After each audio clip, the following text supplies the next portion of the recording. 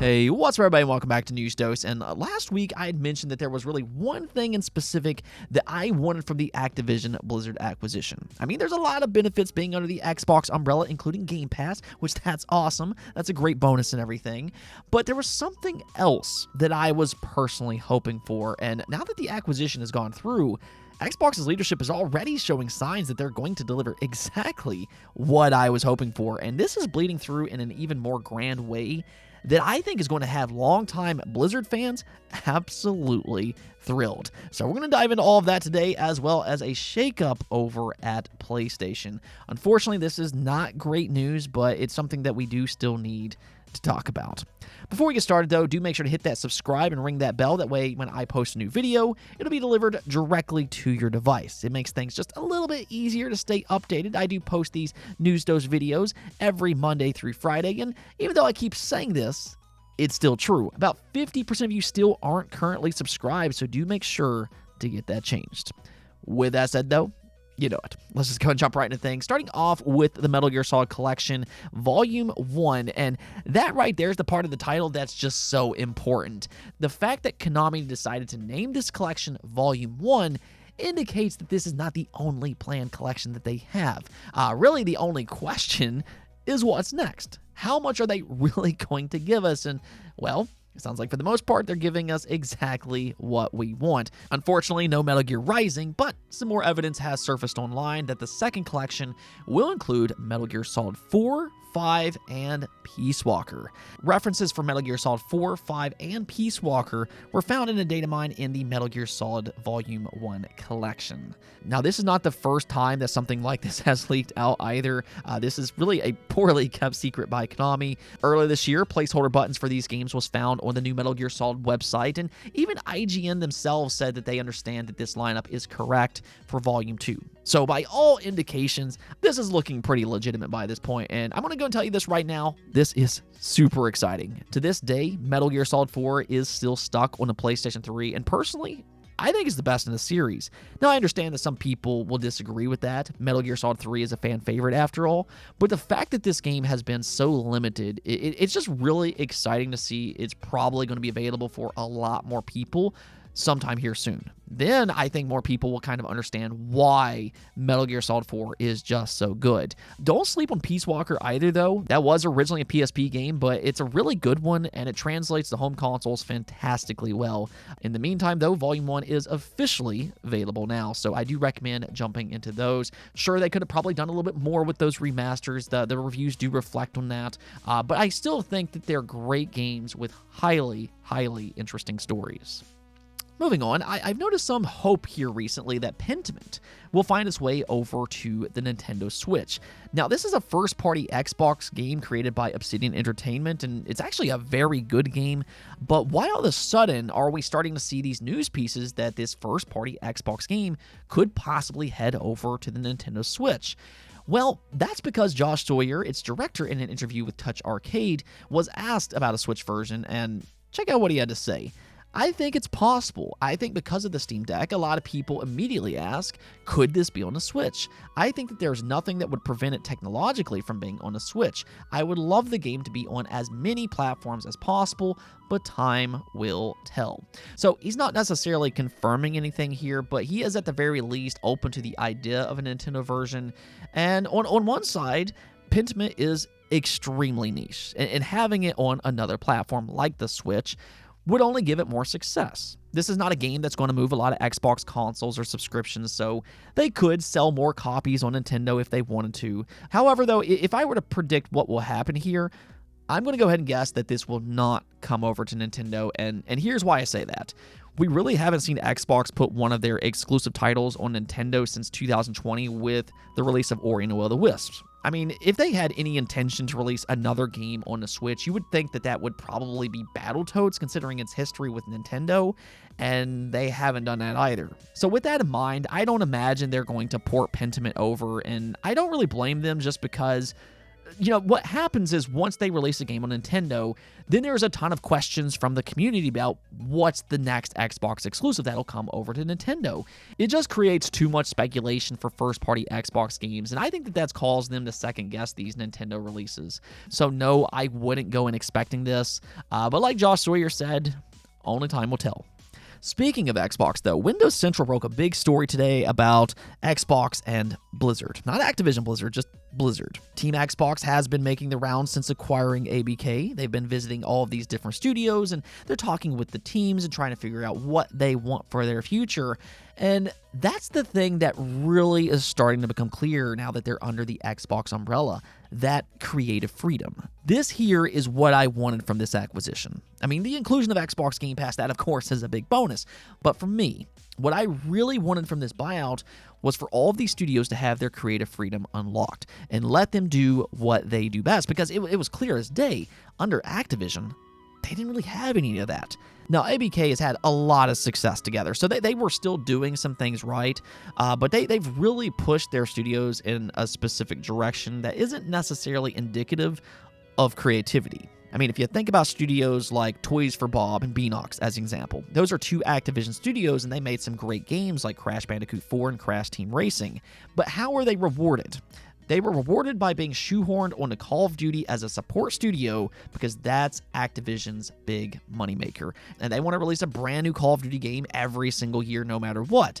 So this is what I want to see change at ABK. And, well, Phil Spencer last week gave us our first big hint that this will indeed change. He flat out said that he wants to empower these studios and have them work on what they truly want to. He wants them to be passionate about the games that they're working on. So that was the first real great sign coming from this buyout. And now, here we are a week later, and we're already hearing very similar things in the discussions they just had with Blizzard. In a report from Windows Central, interestingly, Xbox is not referring to Blizzard as Activision Blizzard. They had zero Activision branding at their meeting today, but rather, the only logos they showed today was Xbox and Blizzard's.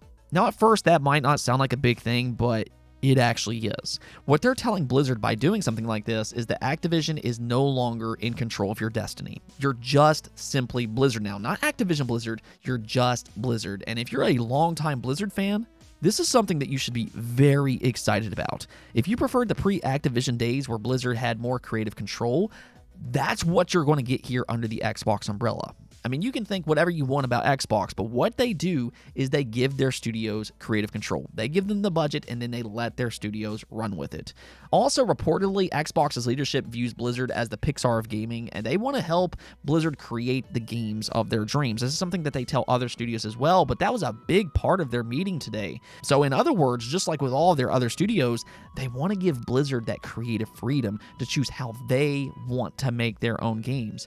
Again, it's not about Activision. It's about what Blizzard wants to do. So I think that this is incredibly exciting stuff. And for that matter, this also opens the door for Vicarious Visions, which are now Blizzard Albany. If they come to Phil Spencer and they tell him that they would like to have more creative control again, he might very well give that to them. And that's just one of the many, many things that could be positive from a change like this. Now, however, do kind of keep in mind, though, that any change that happens, it's going to take time before we, the consumers, notice.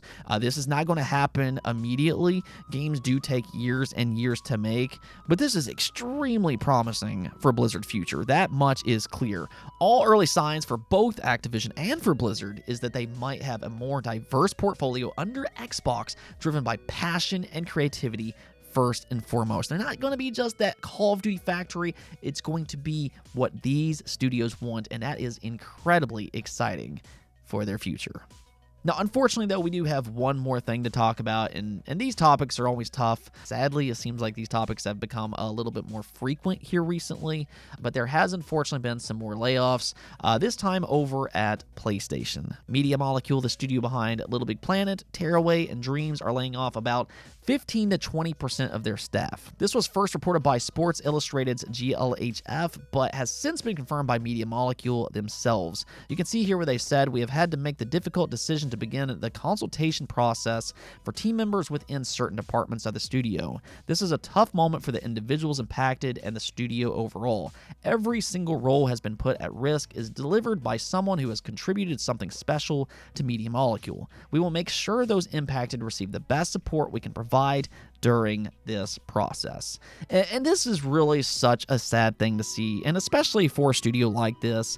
I think Media Molecule is a very special talent that's had a big impact on PlayStation's history. Maybe not in a PlayStation 5 necessarily, but I still remember when Little Big Planet first came out and how impressive their play, create, share mentality was. I mean, it was something new, and it wasn't just because you could create and share what you make, but it was also just because of how charming this game was. Little Big Planet, I mean, it went on to be a big success on a PS3, but after that, they've not really had the same amount of success. Tearaway, that was a great game, but it was created for the Vita, which, as we all know, didn't exactly sell all that well. It did later on get ported over to the PS4, but then they made Dreams, and I think that this is the game that really hurt them. I mean, it's a super impressive game in all the different things that you can do, but it just never really took off the way that they were hoping. They wanted it to be a 10-year plus project, but the community as a whole, they didn't really buy into it.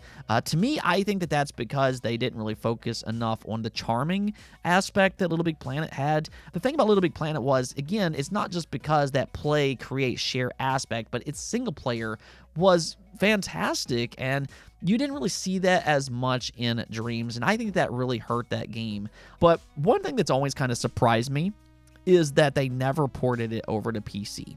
I think that this would have been the perfect game to release on PC. The PC community is very creative, as we've seen with various mods, so I'm just a little bit baffled that they never really tried to port it over to PC. Maybe that would have given it a second chance, but I mean, I guess it is what it is. Again, it's just really a sad situation overall because Media Molecule is truthfully one of Sony's most creative studios. I think that they're a very special talent, but the silver lining here is that the studio is still alive, thankfully. So they at least have another opportunity as a studio to bounce back, and I really hope that they do. I hope they come back in a big way. For those that were laid off, though, my heart goes out to you, and I hope you find work as soon as possible. Let's go take a look at the poll of the day, though. We asked you all, do you plan on getting Alan Wake 2 later this week when it releases? And only 13% of you are currently sold on this game as of this moment. Seems like the majority of you are either going to wait for the reviews or wait until a later date. And truthfully, I mean, I can't really fault anybody here. I mean, I'm super excited to play this game because I love the first one, but I've said countless times, I find the release schedule for October to be a little absurd. I mean, it's exciting to talk about all of these big new releases, but in reality, people only have a limited amount of time, so they can't really play all of these games. I just don't think that I'll ever understand the logic of why all of these studios decided that October is the be-all, end-all month. It just seems like a bad idea to me, but I mean, I hope that these games will continue to sell even after their launch. Hopefully they will sell well in the coming months and even in 2024. So if you don't get it at launch, just kind of keep them in mind for a later date. Anyways, though, that's it for this episode, but if you enjoyed the video, do make sure to hit that bell notification and subscribe button for more content just like this. Also, if you'd like to support the channel through Patreon, thank you for making this content possible. Peace out.